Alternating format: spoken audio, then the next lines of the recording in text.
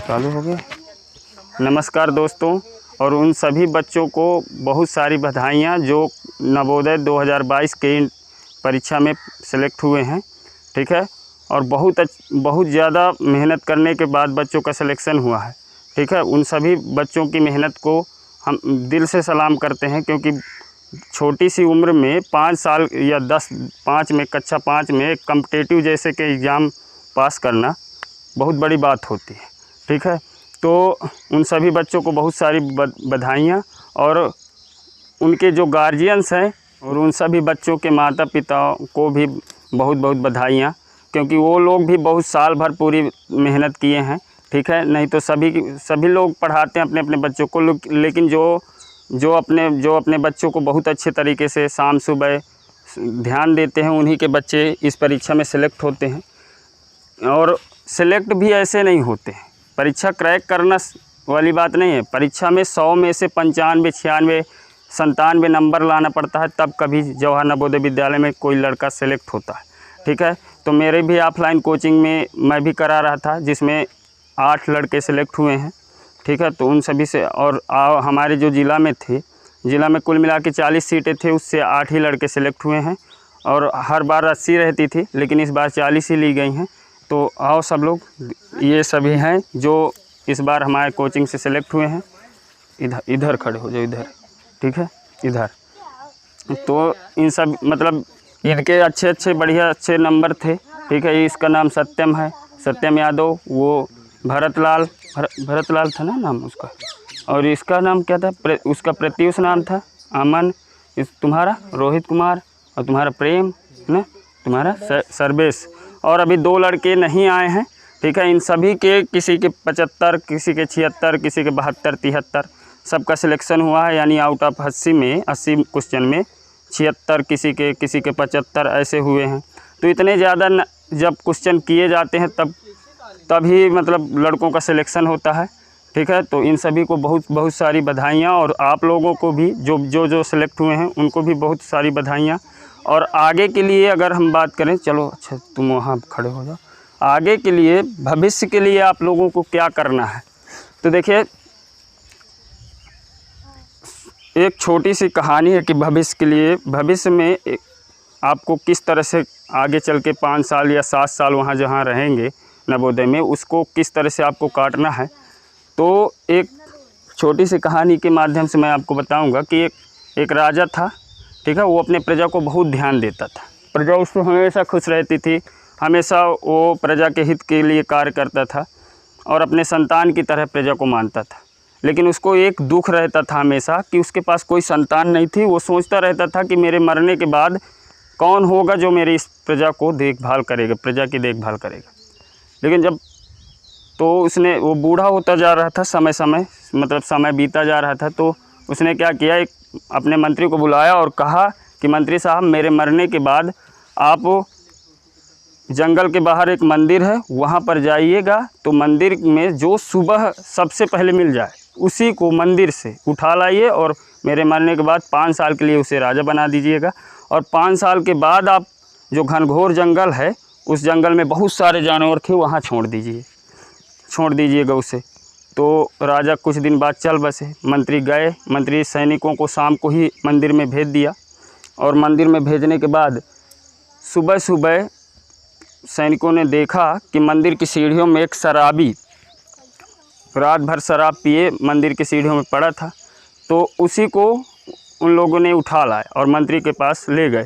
तो मंत्री ने उसे सब कुछ बताया कि भाई आपको 5 साल के लिए मतलब राजा बनाया जा रहा है, उसके बाद आप 5 साल कुछ भी करिए। तो मंत्री ने उसे बताया कि आपको 5 साल के लिए राजा बनाया जाता है, और 5 साल तक आपको जो भी करना हो करिए, और 5 साल के बाद आपको एक भयानक जंगल है हमारे राज्य के बाहर, वहाँ छोड़ दिया जाएगा। फिर आप वहाँ छोड़ दिए। तो वो शराबी सोचा कि चलो 5 साल के लिए तो राजा बन जाऊँगा। तो उसने राजगद्दी पर बैठ गया। प्रजा को कोई ध्यान नहीं दे रहा था, अपनी शराब अच्छे ब्रांडेड शराब पीता था। पूरा 5 साल उसने पूरी शराब पे लगा दिया, उसने राजपाट पे कोई ध्यान नहीं दिया। 5 साल पूरा होने के बाद मंत्री उसको ले जाकर जंगल में छोड़ दिए, जहाँ उसे जानवर पूरे खा गए।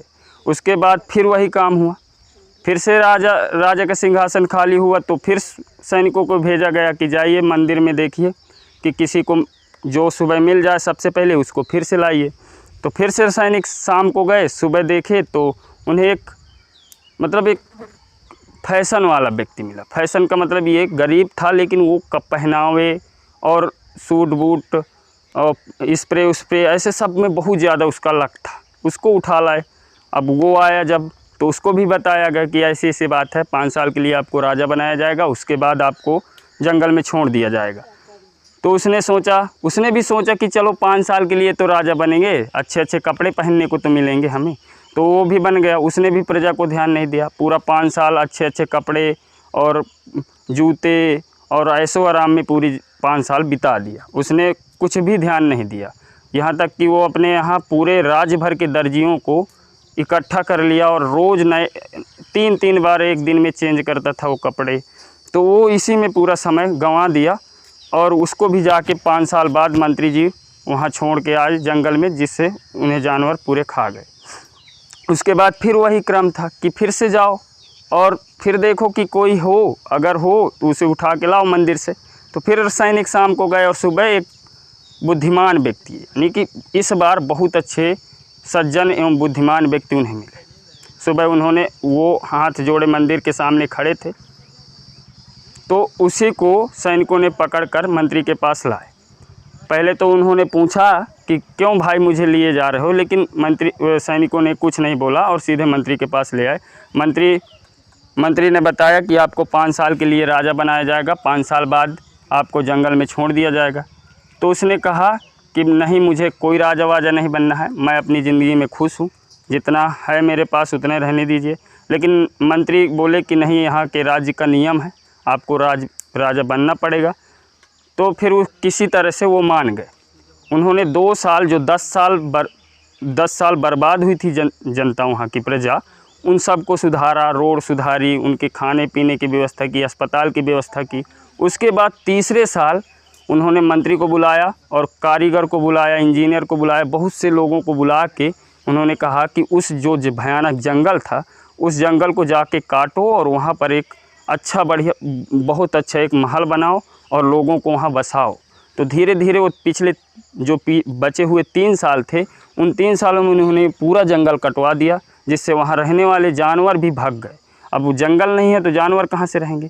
सब कुछ वहाँ बिल्कुल अलग सा हो गया। मंदिर बनवाया, बड़े बड़े महल बनवाए, गांव बसाया। फिर खुद उसने 5 साल बाद कहा कि अब मंत्री साहब मुझे चलिए और उस जंगल में छोड़ आइए। तब मंत्री ने कहा कि आपके ही जैसा हमें राजा की तलाश थी, अब हम आपको कहीं नहीं छोड़ने जाएंगे।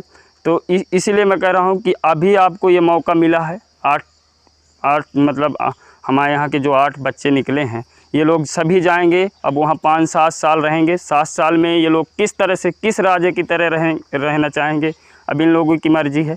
ठीक है, तो मतलब ये नहीं है कि आप अपना ये एग्ज़ाम निकाल लिए हैं तो अब आपको मौका मिला है, आप वहाँ कितना अच्छा बनना चाहें उतना अच्छा बन सकते हैं। ठीक है, इस कहानी से यही मतलब निकलता है। तो वीडियो को पूरा देखने के लिए धन्यवाद। और एक चीज़ और, अभी तक मैं अपने बारे में अगर बताऊं तो मैं यहाँ एक सीमित गांव में हूँ। ठीक है, वहाँ पर एक ऑफलाइन कोचिंग पढ़ा रहा हूँ और इस बार जो 2023 की तैयारी करेंगे सभी बच्चे, वो सबसे पहले तो ऑनलाइन छोड़कर ऑफलाइन पे ज़्यादा ध्यान दें। अगर आसपास आपके कोई अध्यापक हो जो आपको नवोदय की तैयारी करवा सके, उससे पढ़िए। और दूसरा चीज़, इस चैनल को भी सब्सक्राइब करिए, क्योंकि मैं एक तरह से आपको पूरा, आप ऑफलाइन पढ़िए, उसके बाद अगर आपको समय मिले, कहीं डाउट हो तो आप ज़रूर मेरे इस चैनल को सब्सक्राइब करके हर एक वीडियो देख सकते हैं। रीजनिंग में दिक्कत हो, हिंदी में दिक्कत हो या मैथ में दिक्कत हो, कहीं भी, तो आपके लिए ये है। लेकिन पहले आप ऑफलाइन पर फोकस कीजिए, क्योंकि बिना ऑफलाइन के आप लोग ऑनलाइन से बहुत मुश्किल में निकल पाते हैं। ठीक है, तो वीडियो को पूरा